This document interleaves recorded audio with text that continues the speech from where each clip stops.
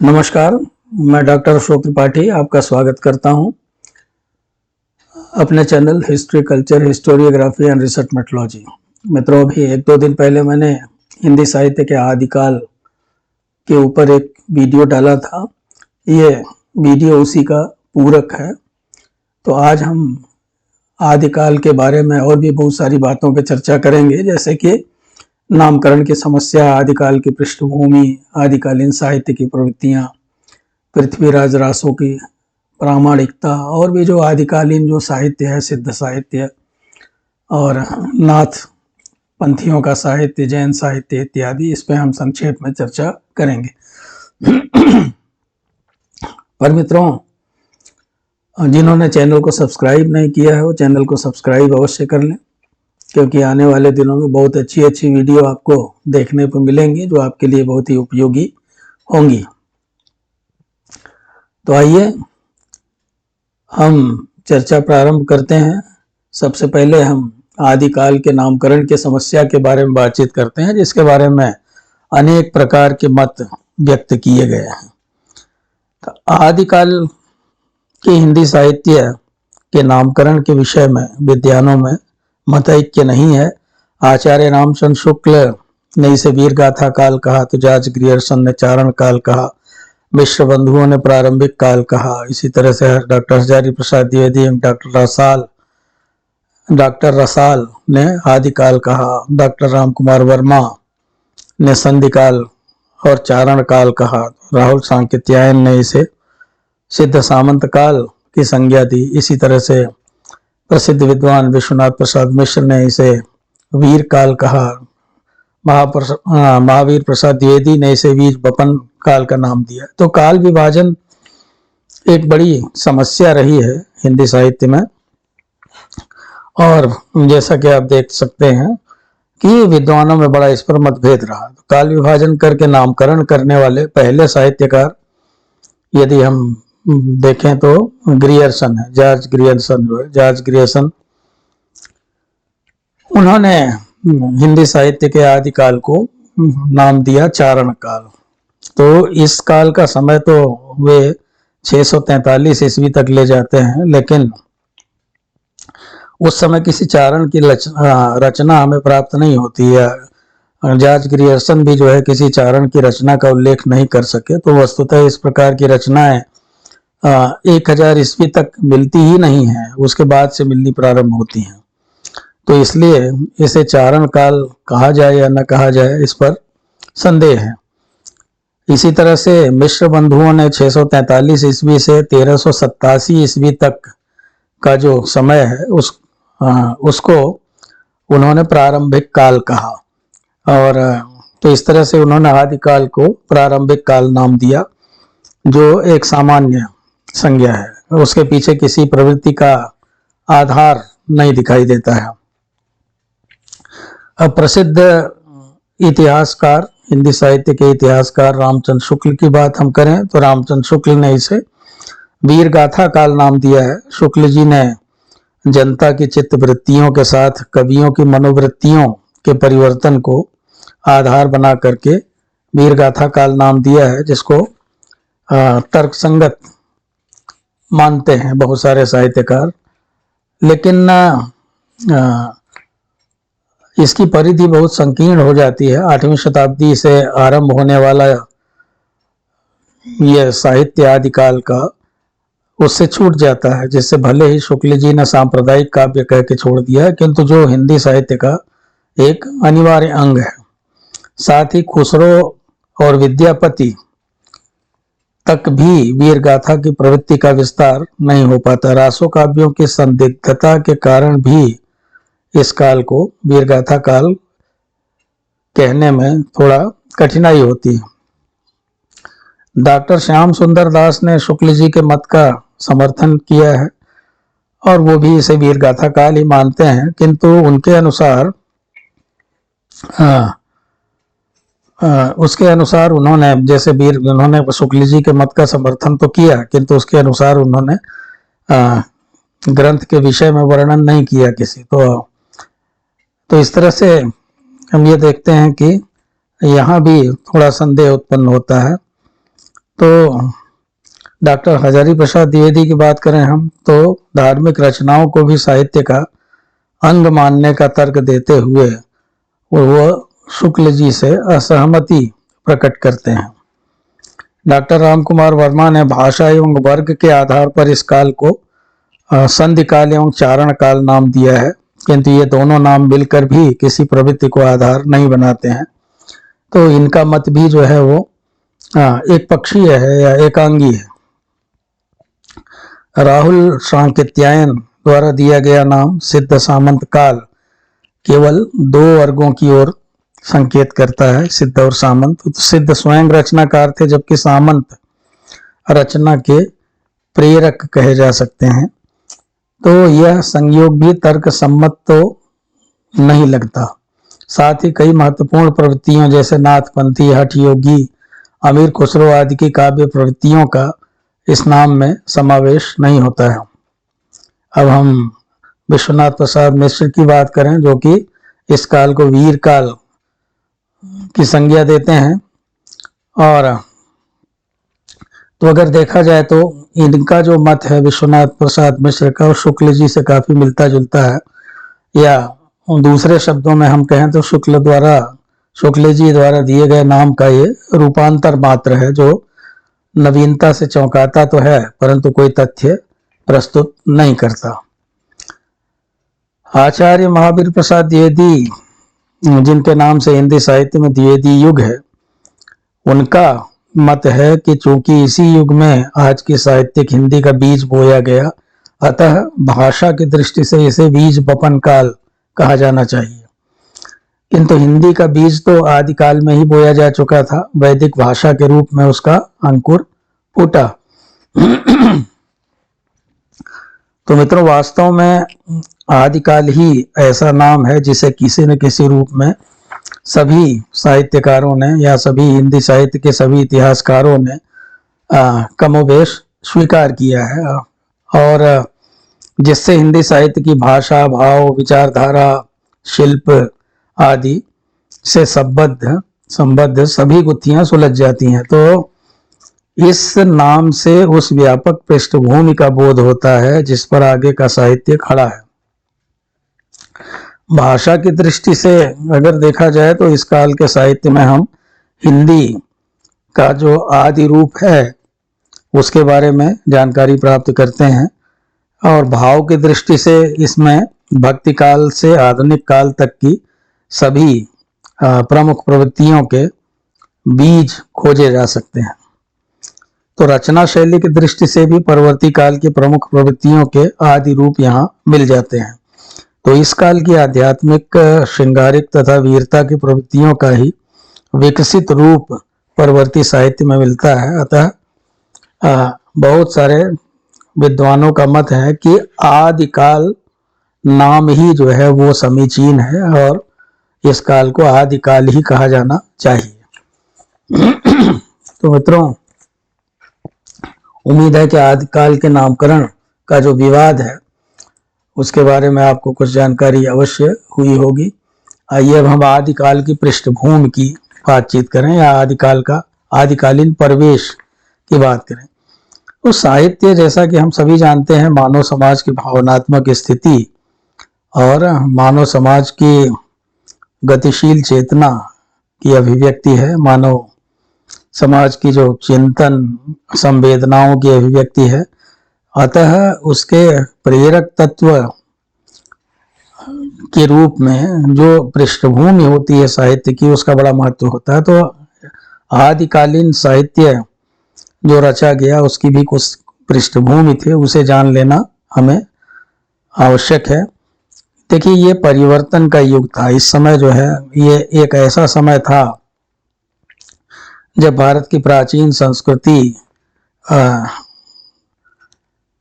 समाप्त हो रही थी और एक नई जो मध्यकालीन संस्कृति थी उसका जन्म हो रहा था, या आप ये कह लीजिए कि प्राचीन और मध्यकालीन संस्कृति का एक संगम हो रहा था। तो आदिकाल की अवधि प्रायः 769 ईस्वी से लेकर 1418 ईस्वी तक मानी जाती है। तो इस काल की राजनीतिक परिस्थिति या हम ये कह सकते हैं कि वो राजनीतिक दृष्टि से देखा जाए तो हर्षवर्धन का साम्राज्य स्थापित हुआ पहले, तो हर्षवर्धन के साम्राज्य का जब पतन होता है तो उसके बाद से हम मान सकते हैं कि इस काल की राजनीतिक परिस्थिति का प्रारंभ होता है। हर्षवर्धन की मृत्यु के बाद भारत की जो संगठित सत्ता थी एक बार फिर से वो बिखरने लगी। राजपूत राज्य बहुत सारे स्थापित हो गए। इस काल को राजपूत युग कहा जाता है। तो बहुत सारे राजपूत राज्यों का उदय हुआ जो कि आपस में लड़ते रहते थे और अंततः अपनी इस आपसी फूट के कारण जो है वो इस्लाम से पराजित हो गए और इस्लामी राज्य की भारत में स्थापना हुई। तो 8वीं शताब्दी से 15वीं शताब्दी तक के भारतीय इतिहास की राजनीतिक परिस्थिति का यदि हम अध्ययन करें तो हम यह देखते हैं कि धीरे धीरे जो राजपूत शासक थे या कह लीजिए कि हिंदू शासक थे उनकी सत्ता धीरे धीरे क्षीण हो रही थी और इस्लामी सत्ता जो है धीरे धीरे अपना प्रभाव बढ़ाती जा रही थी भारत में। तो इसी राजनीतिक परिस्थिति ने उस मन स्थिति को जन्म दिया था जिसमें कोई भी एक प्रवृत्ति प्रधान रूप से सामने नहीं आ सकी। तो यवन शक्तियों के आक्रमण का प्रभाव मुख्य रूप से पश्चिम एवं मध्य देश पर ही पड़ा था। इन्हीं क्षेत्रों की जनता युद्धों और अत्याचारों से विशेष रूप से आक्रांत हुई और यही वह क्षेत्र था जहां हिंदी भाषा का विकास हो रहा था। अतः इस काल का समस्त हिंदी साहित्य आक्रमण और युद्ध के प्रभावों की मन स्थितियों का प्रतिफलन है जो कि उस काल के साहित्य में परिलक्षित किया जा सकता है। तो आदिकाल के इस युद्ध प्रभावित राजनीतिक दशा में हम कहीं भी कोई संतुलन नहीं देखते हैं। जनता पर विदेशी आक्रमण हो रहा था, अत्याचारों से जनता पीड़ित थी और राजाओं का जो अत्याचार था वो बढ़ता ही चला जा रहा था। बहुत सारे राजा आपस में लड़ते रहते थे, उसमें तनातनी रहती थी। अब जैसे आप देखें पृथ्वीराज चौहान, जयचंद, परमर्दिदेव आदि की लड़ाइयाँ अंतहीन कथाएं बनती जा रही थी। परिणामतः यदि जनता में एक ऐसे वर्ग का उदय हुआ जो साहस और वीरता के साथ साथ लड़ते हुए जीना चाहता था, तो एक दूसरा वर्ग ऐसा भी था जो कि विनाश लीला को देख करके वो संसार से इतर बातें सोचने लगा था।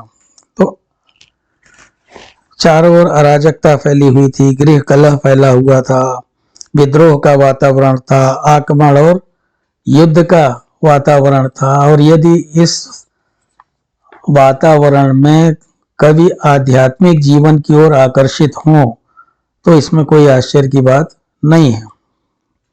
एक तीसरा ऐसा भी कवि था जो कि तलवार के गीत गा करके गौरव के साथ जीना चाहता था। तो यही इस काल की राजनीतिक परिस्थितियों की एक देन है जिसके फलस्वरूप यदि स्त्री भोग, हठ योग से लेकर आध्यात्मिक पलायन और उपदेशों तक का साहित्य एक ओर लिखा गया, तो दूसरी ओर ईश्वर की लोक कल्याणकारी सत्ता में विश्वास करने और लड़ते लड़ते जीने और संसार को सरस बनाने की भावना भी साहित्य रचना के मूल में सन्निहित हुई। यानी कि एक तरफ जो है कुछ लोग अध्यात्म की ओर खींच रहे थे, कुछ लोग जो है वीर गाथा लिखने का प्रयास कर रहे थे, या ये कह लीजिए कि वीरता से परिस्थितियों का मुकाबला करना चाहते थे तलवार के बल पर। तो कुछ लोग भोग विलास में डूबे हुए थे। तो इस काल में हम देखते हैं कि हर तरह का साहित्य हमें उपलब्ध होता है। राजपूतों की जो राजधानियां थी वो स्थापित हो गई जगह जगह और राजपूत राजाओं की राजधानियों में लोक भाषा का सम्मान होता था। तो मध्य प्रदेश में फिर भी स्थिति विपरीत बनी रही, वहां संस्कृत को प्रोत्साहन मिला। तो इस प्रकार के उचित प्रोत्साहन के अभाव में लोक भाषा कवियों को काव्य रचना के अनुकूल वातावरण नहीं मिलता था। जो कवि धार्मिक भावना से अनुप्राणित थे वे ही किसी की परवाह किए बिना काव्य साधना करते थे, किंतु जो कवि राज्याश्रित हो जाते थे उन्हें अपने राजा को प्रसन्न करने के लिए काव्य रचना करनी पड़ती थी, यानी कि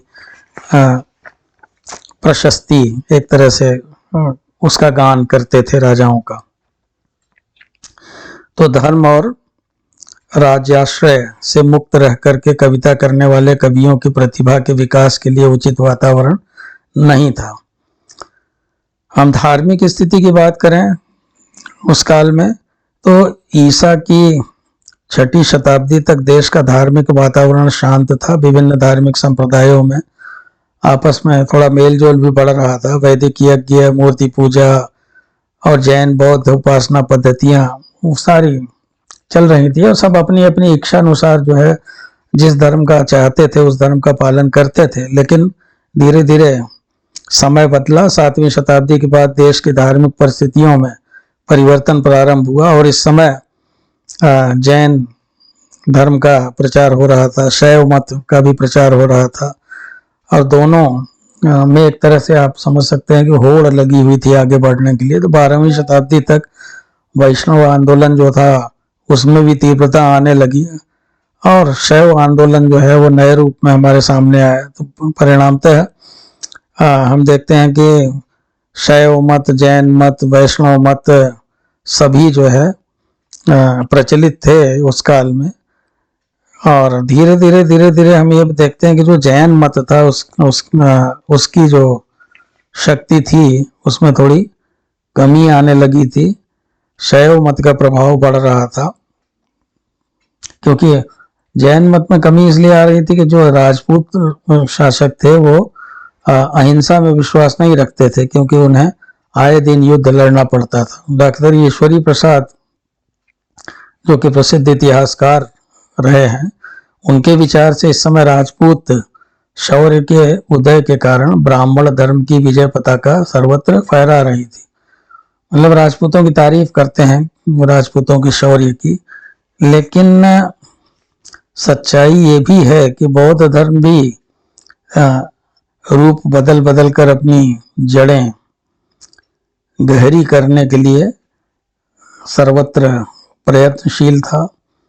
बौद्ध धर्म की जो महायान शाखा थी और उसमें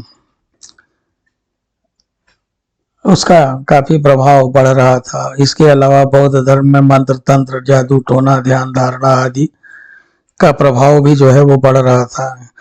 हिंदू साधु संतों की तरह बौद्ध साधुओं का भी जनसाधारण पर प्रभाव था, तो इनके प्रभाव से मनुष्यों में आत्मविश्वास की कमी होती जा रही थी। और उसी तरह से जो शैव साधक थे उनका प्रभाव बढ़ रहा था। और तो एक तरह से देखा जाए तो ये जो धार्मिक लोग थे हिंदू धर्म के, तो जनता को 84 लाख योनियों में भटकने का भय दिखा करके निरुत्साहित करने में लगे थे। धार्मिक स्थलों की दुर्दशा हो रही थी। बेविचार, आडंबर,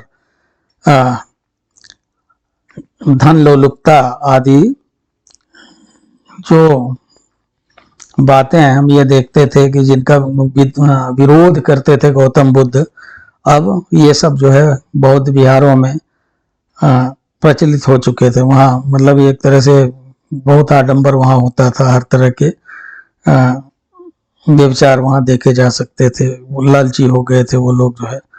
और तो हिंदू मंदिर जो थे उनकी स्थिति अलग नहीं थी, वो भी इसी तरह से लोभी हो गए थे, अर्थ लोलुप हो गए थे। तो पुजारी और महंत जो थे वो धर्म के सच्चे स्वरूप से भटक गए थे और प्रलोभन के वशीभूत हो गए थे। अब सोमनाथ के मंदिर पर किया गया जो आक्रमण था उसमें महमूद गजनवी की सफलता का कारण क्या था? तो जहां एक और शैव एवं जैन संघर्ष की सूचना मिलती है, तो वहीं उससे मंदिरों में बढ़े हुए विलास और धन संग्रह का भी पर्दाफाश होता है। तो विभिन्न धर्मों के मूल बातें जो थी वो लुप्त हो गई थी। यानी कि कहने का मतलब धर्म जो थे, जिन आदर्शों को लेके धर्म को आगे बढ़ना चाहिए था, वो आदर्श विलुप्त हो रहे थे। तो ऐसी परिस्थिति लगभग जो है कुछ थी। तो उस काल का जो साहित्य है, कवियों ने इसी मानसिक स्थिति के अनुरूप, आप देखें, खंडन मंडन, हठयोग, वीरता एवं श्रृंगार इत्यादि का साहित्य लिखा। अब थोड़ा सा हम जो है उस काल की सामाजिक स्थिति पर भी आदिकालीन की बात कर लें तो सामाजिक परिस्थितियों का प्रभाव, सामाजिक परिस्थितियों पर, जो राजनीतिक और धार्मिक परिस्थितियां थी, उनका प्रभाव सामाजिक परिस्थितियों पर भी पड़ रहा था। जनता जो है वो उसे न तो शासन से कोई उम्मीद रह गई थी और वो धर्म से भी निराश हो रहे थे। और जब जब युद्ध होते थे उस समय जनता को बड़ा कष्ट सहना पड़ता था। तो वो ईश्वर की ओर निगाह दौड़ाता था अपनी नजरें। और सर्वत्र एक भ्रम की स्थिति फैली हुई थी। जात पात के बंधन जो थे बहुत कठोर होते जा रहे थे। जो उच्च वर्ग के लोग थे वो भोग विलास में डूबे हुए थे। निर्धन लोग जो थे वो उनकी स्थिति उत्तरोत्तर खराब होती जा रही थी और हर तरह का श्रम करने के बाद भी जो है उनको उसका पूरा मूल्य नहीं मिलता था। नारी की स्थिति जहां तक है वो भी बहुत अच्छी नहीं रह गई थी। वो एक तरह से वो जो मनु वाला जो सिद्धांत था, यत्र नार्यसु पूज्यन्ते रमन्ते तत्र देवता वाला, तो अब वो नहीं रह गया। अब नारी एक भोग्य वस्तु बन गई थी और उसका क्रय विक्रय होने लगा था, अपहरण होने लगा था। सामान्य जनता के लिए शिक्षा की कोई व्यवस्था नहीं थी। सांप्रदायिक तनाव काफी अधिक हो गया था क्योंकि दो सभ्यताओं का टकराव हुआ था, इस्लाम और हिंदू धर्म का। सती प्रथा, जौहर प्रथा इत्यादि जो है वो समाज के लिए अभिशाप बन गया था। तो सामान्य जाति की नारी के लिए पुरुष का जीवन और मृत्यु दोनों ही भयंकर घटना बन जाते थे। तो अनेक प्रकार के अंधविश्वास व्याप्त हो गए थे समाज में। योगियों और गृहस्थों पर भयंकर आतंक छाया हुआ था। जीवन यापन के साधन दुर्लभ होते जा रहे थे।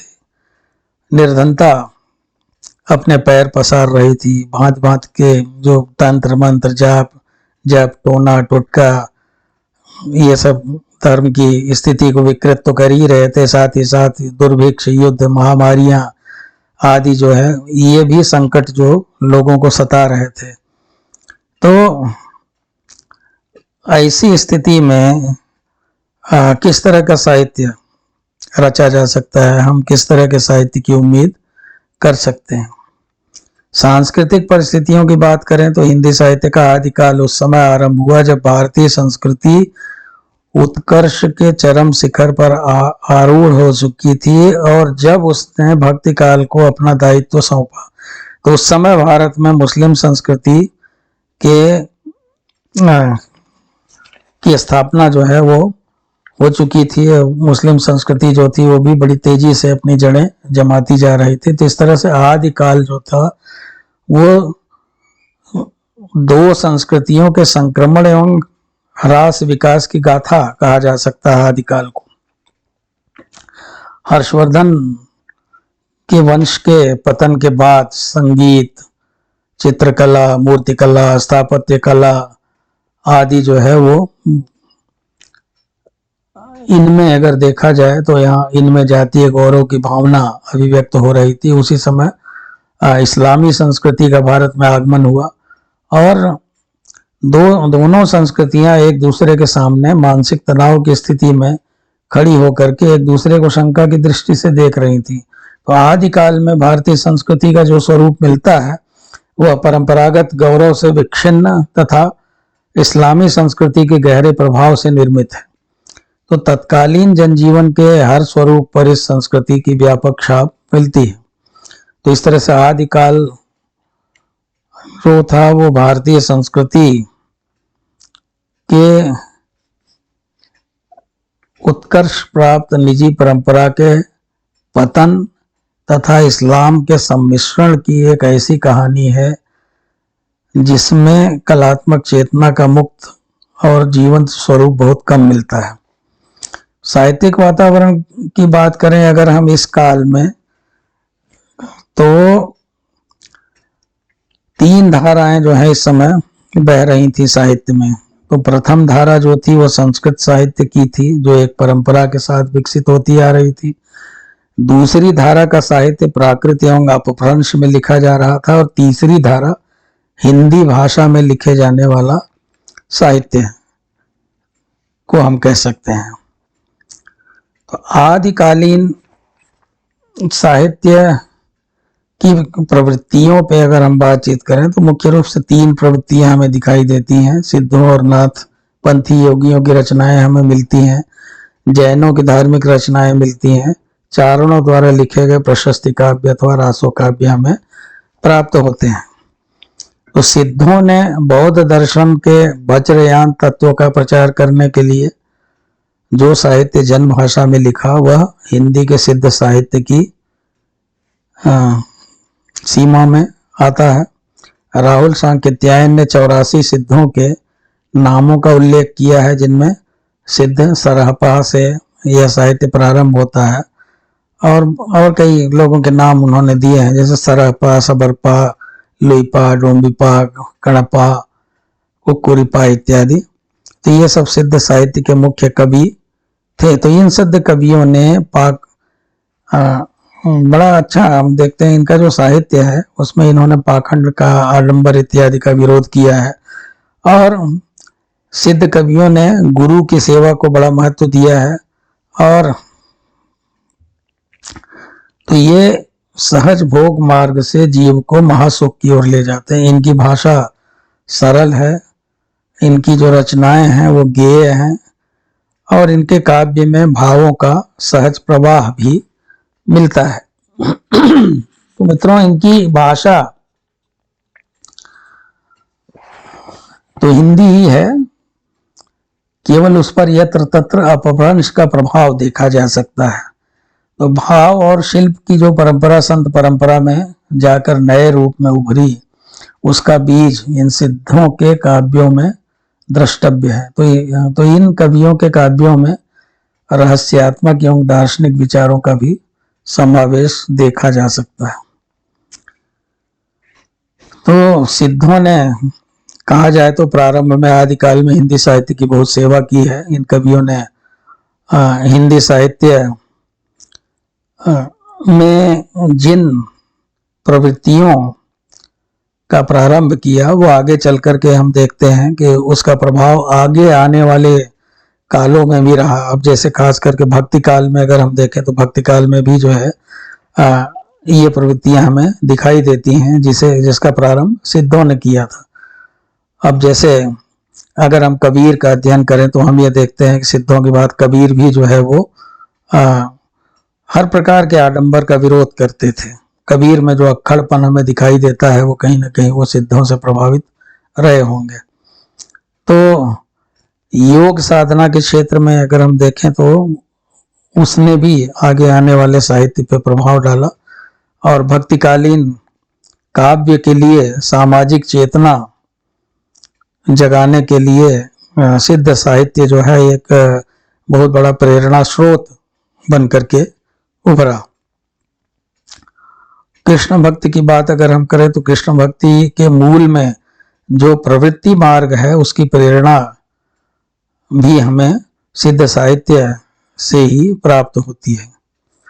अब मित्रों, हम नाथ साहित्य की बात करें। नाथ सिद्धों की वाम मार्गी भोग प्रधान योग साधना की प्रतिक्रिया के रूप में आदिकाल में नाथ पंथियों की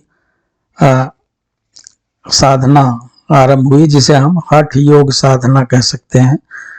राहुल सांकृत्यायन जी ने नाथ पंथ को सिद्धों की ही परंपरा का विकसित रूप माना है। इस पंथ को प्रारंभ करने वाले जो व्यक्ति थे वो मत्स्येंद्र नाथ या मच्छंदर नाथ उनको कहा जाता था, और बाद में गोरखनाथ ने इसको और आगे बढ़ाया। डॉक्टर राम कुमार वर्मा ने नाथ पंथ के चरमोत्कर्ष का समय 12वीं शताब्दी से 14वीं शताब्दी के अंत तक माना है।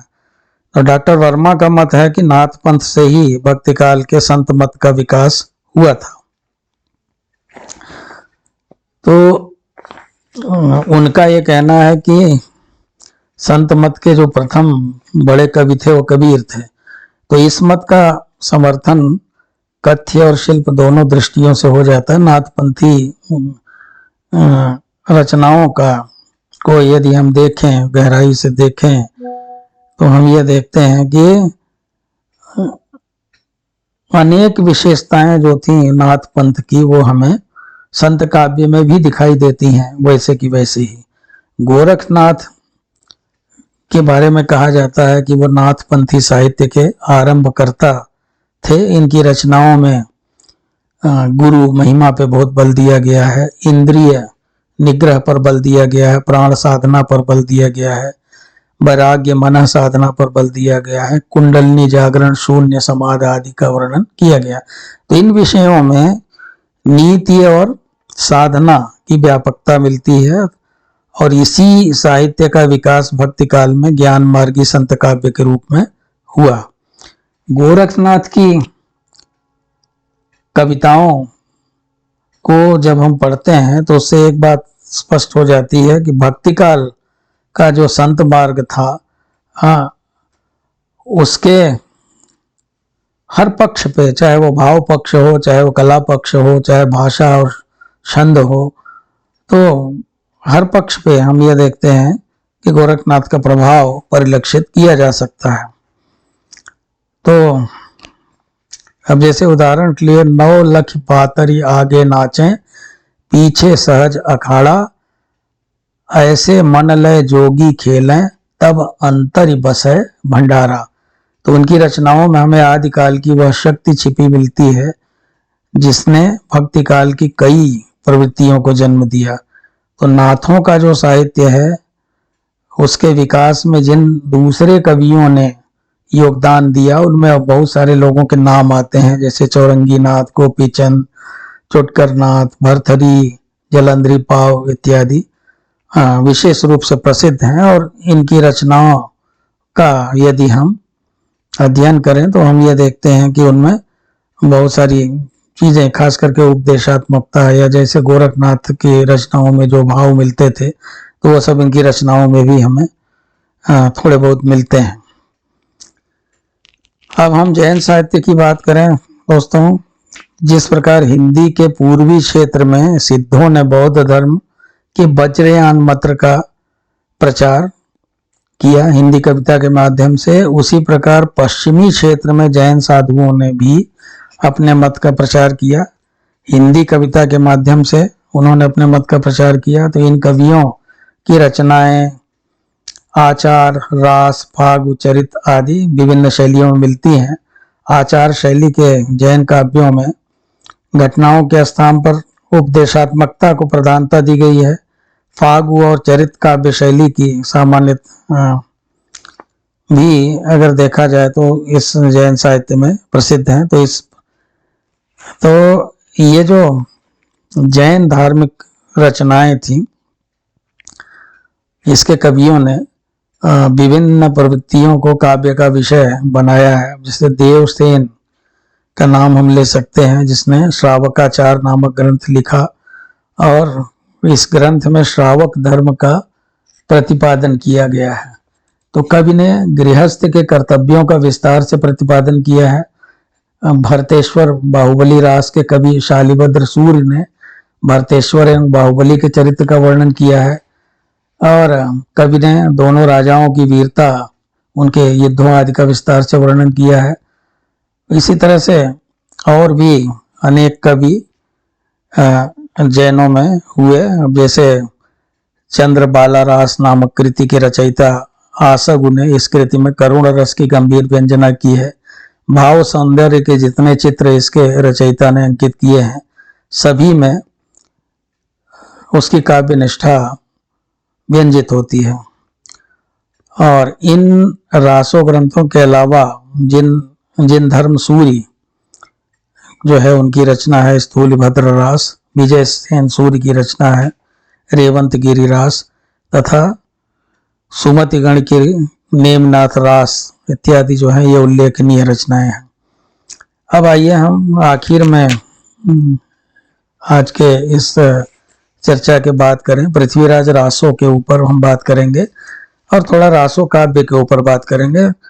तो कुछ इतिहास प्रसिद्ध राजाओं के चरित्र को लेकर लिखी गई रचनाएं जो हैं वो इस प्रवृत्ति के अंतर्गत आती हैं, जिसे कि हम कहते हैं चारणों द्वारा लिखे गए प्रशस्ति काव्य भी हम कह सकते हैं। तो ऐसी रचनाओं में चारण कवियों ने नायकों के नाम और उनके जीवन की बहुत सारी घटनाओं के इर्द गिर्द अपने भाव और भावना का साहित्यिक ताना बाना बनाया है। इन रचनाओं की ऐतिहासिक प्रामाणिकता भले ही संदिग्ध हो, लेकिन इनका कवित्व अत्यंत सराहनीय है। पृथ्वीराज रासो, परमाल रासो, बीसल देव रासो, कुमार रासो, तो इस तरह से और भी अनेक रचनाएं हैं जो इस काल में रची गई। तो इनमें तत्कालीन समाज का जो बिखराव था, तत्कालीन जो राजनीतिक, सामाजिक, सांस्कृतिक अवस्था थी, उनका सुंदर चित्रण हमें इन रासो काव्यों में मिलता है। और अब जैसे कुमार रासो का रचयिता था दलपति विनय, तो ये एक विशाल ग्रंथ है, 5000 छंदों वाला विशाल ग्रंथ है ये।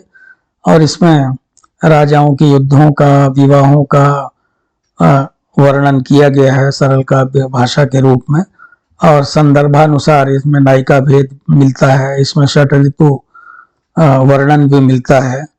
राजाओं की प्रशंसा करना जो है इन काव्यों का, यानी रासो काव्य का मुख्य प्रतिपाद्य है। वीर रस के साथ साथ श्रृंगार रस की धारा भी आदि से अंत तक चलती रहती है। वस्तु वर्णनों में पर्याप्त सौंदर्य देखा जा सकता है। तो और जहाँ तक विधा की बात है, साहित्यिक विधा की, तो इसमें दोहा, सवैया, कवित्त आदि छंदों का प्रयोग हुआ है इन रचनाओं में। और इनकी भाषा जो है वो राजस्थानी हिंदी है। तो राजाओं के वर्णनों पर आधारित होने पर इसमें काव्यात्मक सरस वर्णनों का प्राचुर्य है। नरपति नाल की रचना बीसल देव रासो, ये हिंदी साहित्य के आदिकाल की एक श्रेष्ठ कृति है। इसमें भोज परमार की पुत्री राजमती और अजमेर के चौहान राजा बीसल देव तृतीय के विवाह और उसके बाद फिर उनका वियोग और उसके बाद फिर उनके पुनर्मिलन की कथा बहुत ही आकर्षक और बहुत ही सरस मधुर शैली में प्रस्तुत की गई है। सामंती जीवन के प्रति गहरी अरुचि का सजीव चित्र इस काव्य में मिलता है। बीसल देव रासो की भाव भूमि की बात अगर हम करें तो हम ये देखते हैं कि ये इसमें प्रेम की अभिव्यंजना बहुत ही सरल भाषा में हुई है। मेघदूत और संदेश रासक की परंपरा भी यहाँ पे परिलक्षित की जा सकती है। श्रृंगार के संयोग और वियोग पक्षों का वर्णन बड़ी चतुराई से किया गया है। काव्य के वर्णन में एक संस्कार दृष्टि मिलती है जो नारी की गरिमा की स्थापना करती है। इसी तरह से परमाल रासो, जिसे आलाखंड भी कहते हैं, इसका रचयिता जगनिक था। और इस काव्य में आल्हा और उदल नामक दो वीर सरदारों की वीरतापूर्ण लड़ाइयों का वर्णन किया गया है। और ये एक वीर काव्य है। इसमें वीर भावना का जितना प्रौढ़ रूप हमें प्राप्त होता है, उतना प्रौढ़ रूप दूसरे स्थान पर मिलना दुर्लभ है। तो युद्धों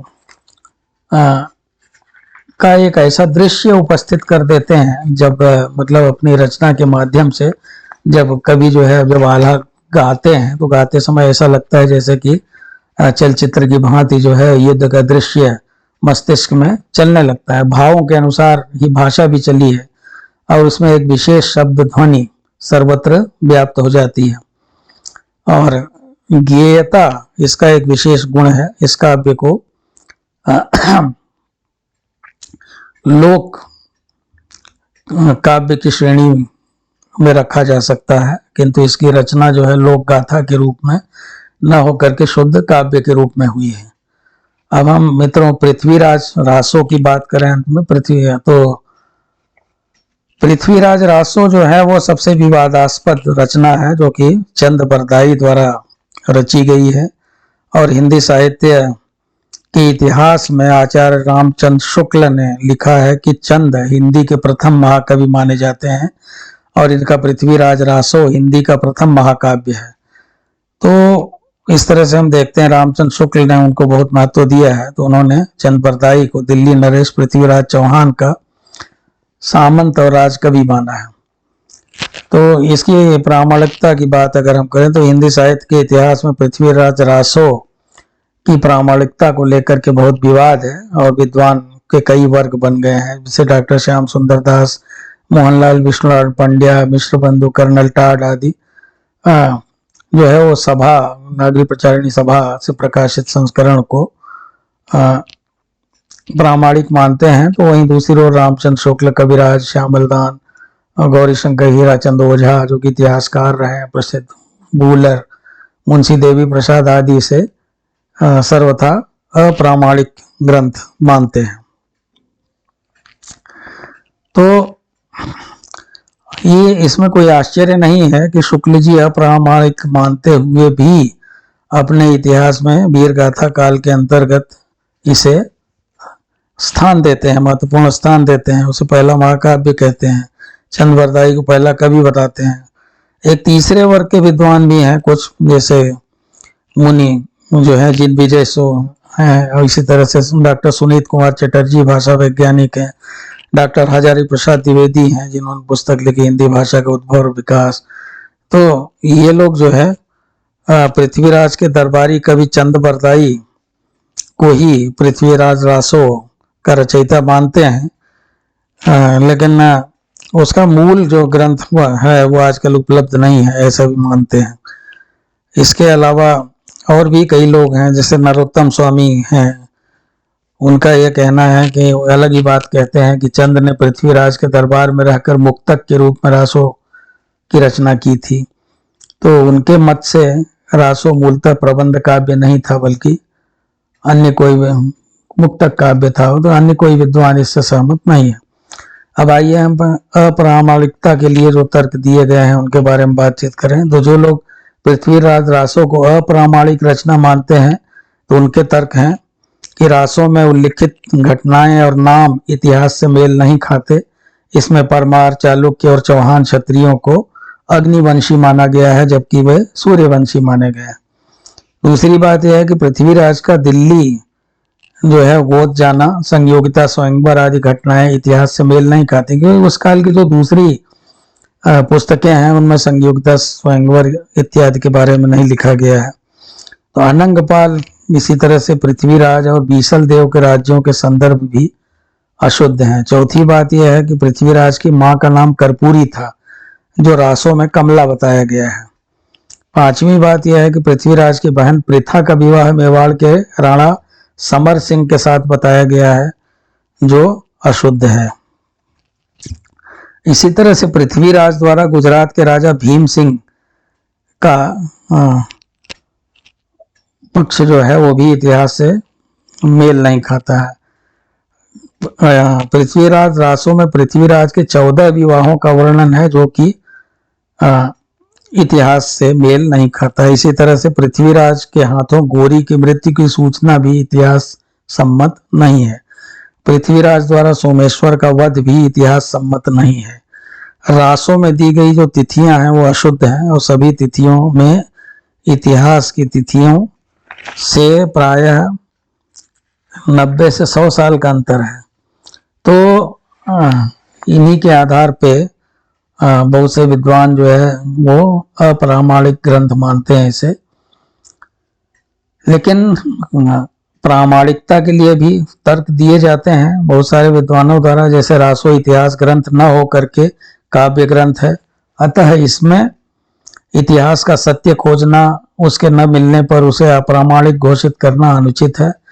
दूसरी बात, जैसे पृथ्वीराज विजयम की जिस प्रति के आधार पर विद्वानों ने रासो की अप्रामाणिकता सिद्ध करनी चाहिए है, वह स्वयं ही खंडित अवस्था में प्राप्त हुई है और इसके कवि और उसके नाम को लेकर के संदेह बना हुआ है। डॉक्टर श्याम सुंदर दास जो है वो चंद का पृथ्वीराज के दरबार में होना स्वीकार तो करते हैं और रासों को उसी समय की रचना भी। बाद में प्रक्षेपों के कारण इसका मूल रूप तिरोहित हो गया होगा। रामायण और महाभारत की भी यही स्थिति है। तो अतः रासों का मूल रूप निश्चित ही पृथ्वीराज के समय में रचा गया होगा, लेकिन अब शायद वो अप्राप्य है। इसी तरह से विष्णुलाल पांड्या ने 9 परमाणुओं के आधार पर यह सिद्ध किया है कि चंद पृथ्वीराज के समकालीन थे। 3 परमाणुओं में चंद्र के पुत्र जल्हड़ का उल्लेख होने के साथ ही पृथ्वीराज के सिंहासनारूढ़ होने की तिथि 1061 ईस्वी दी गई है, जो चंद्र द्वारा दी गई तिथि 1065 के पर्याप्त समीप है। तो आनंद संवत वाले सिद्धांत के आधार पर यदि इन तिथियों में 90 जोड़ दिया जाए तो ऐतिहासिक तिथियों से इनका मेल बैठ जाता है। तो रासों का जो वर्तमान स्वरूप है उसमें चंद्र द्वारा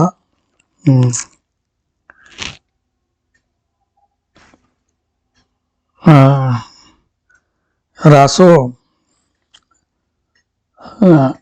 डॉक्टर दशरथ शर्मा का मत है कि रासो जो पृथ्वीराज का जो मूल रूप है वो प्रक्षेपों में छुपा हुआ है। तो इसी तरह से हजारी प्रसाद द्विवेदी का मत है कि पृथ्वीराज रासो में 12वीं शताब्दी की भाषा की संयुक्ताक्षरमयी अनुस्वरांत प्रवृत्ति मिलती है, जिससे 12वीं सदी का ग्रंथ सिद्ध होता है।